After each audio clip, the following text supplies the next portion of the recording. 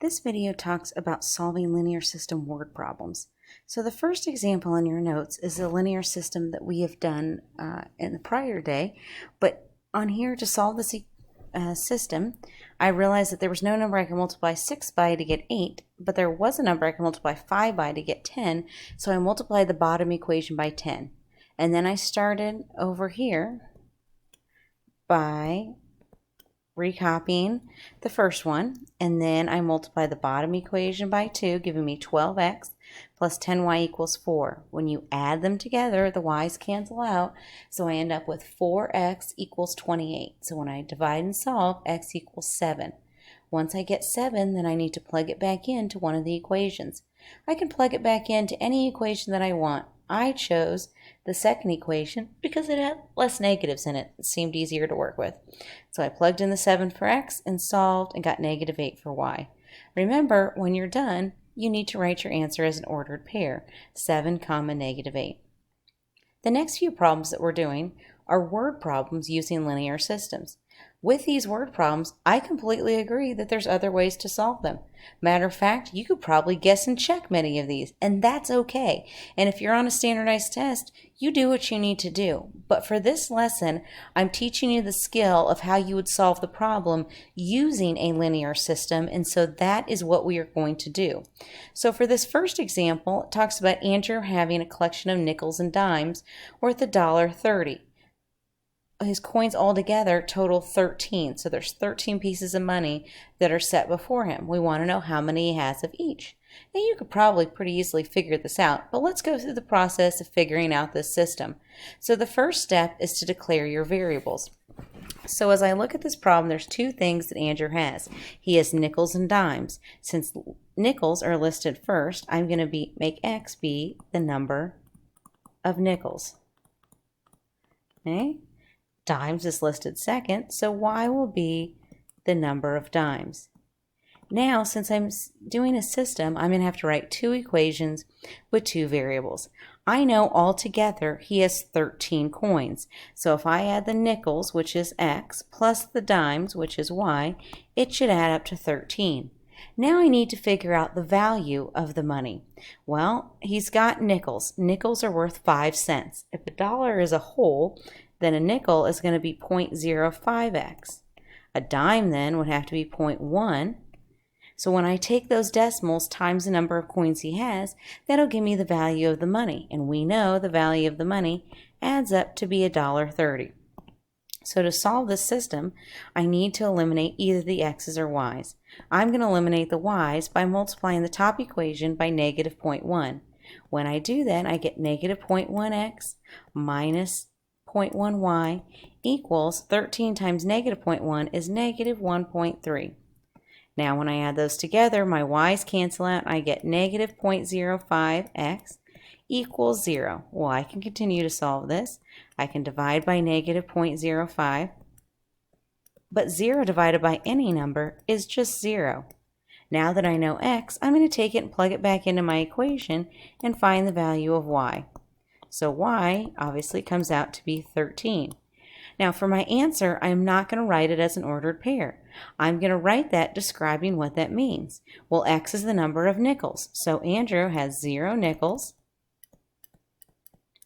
And he's got 13. 13 represents dimes, so he's got 13 dimes. All right, let's try this again for number 3. This time, Katie has a collection of quarters and dimes worth $1.65. Altogether, she has 12 coins. How many does she have of each? In this problem, we're talking about two different types of money. The first one they mentioned is quarters, so x is going to be the number of quarters. Y, on the other hand, is going to be the number of dimes because that type of money is listed second. So we know altogether that she's got 12 coins. So if I add the number of quarters plus the number of dimes, it will equal 12. Now I need to figure out the value of money. Well, a quarter is 0.25 or 25 hundredths of $1. A dime is a tenth of a dollar. Okay? And when we add that all together, she has $1.65. Okay, I want to solve by elimination, so to solve this system, I'm going to multiply the top equation by negative 0.1.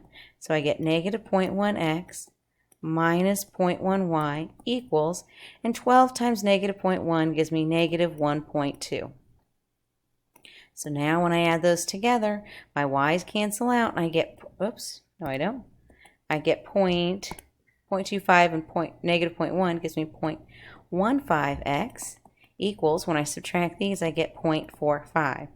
I'm going to divide by 0.15, and so I get x to be 3. Now that I know 3, I'm going to plug it back into my equation.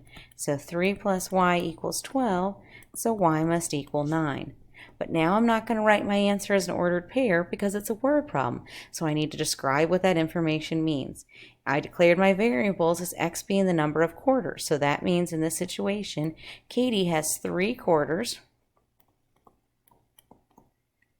and she has 9 dimes. Now, if you had done this problem and got that Katie had 2.5 quarters, well, that's not possible. You can't have a half of a quarter. So you knew that would be a mistake. So make sure you use a little common sense when you do these problems, that your answers are appropriate for the situation. All right, last one. A restaurant, a breakfast taco and a glass of milk is $2.10. But if I purchase 2 tacos and 3 glasses of milk, it'll be $5.15. I want to find the cost of each item. So if I think about what is given, I have 2 different pieces of information. So x is going to represent the cost of a taco, and y is going to represent the cost of a glass of milk. Okay, because those are the 2 things that I'm trying to find, so those are my 2 variables. I put taco first as x because it was listed first in the problem. So the story tells me that if I buy 1 taco, which would be x, and 1 glass of milk, which would be y, it will cost me $2.10. However, if I buy 2 tacos, so that's 2 times x, plus 3 glasses of milk, 3 times y, it will cost $5.15. Now I've got a system that I want to solve. I can eliminate the x or the y's. This time I'm choosing to eliminate the x's, so I'm going to multiply the top equation by 2. So that gives me negative 2x minus 3y equals negative $4.20. When I add these together, the y's cancel. Whoops, this is not negative 3. I messed up. That should be negative 2.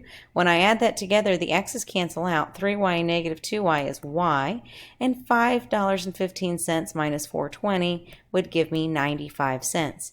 Now in this problem, having decimals when you're talking about a value of an item makes sense because we're talking about money. All right, now to finish the problem, I need to plug it in. So x, whoops, just kidding. X plus y, which is 0.95, equals $2.10. So to solve, I can subtract 0.95 from both sides, and that will leave me with x being 1.15, which is $1.15. So now I know a taco costs $1.15, and milk costs 95 cents. And there's my problem.